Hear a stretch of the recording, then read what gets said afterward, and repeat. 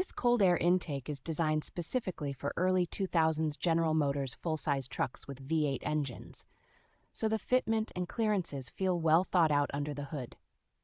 The 4-inch diameter tubing allows the engine to breathe more freely than the restrictive factory airbox, which can translate into noticeably quicker throttle response. Its steel heat shield helps isolate the filter from hot engine bay air, giving the intake a better chance of drawing in cooler, denser air for improved performance consistency.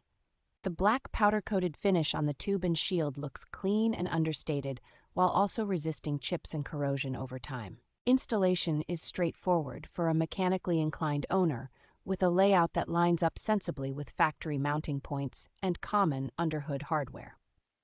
Overall build quality feels solid for a daily driven truck, making this intake a practical upgrade for drivers who want a bit more sound and responsiveness without excessive complexity.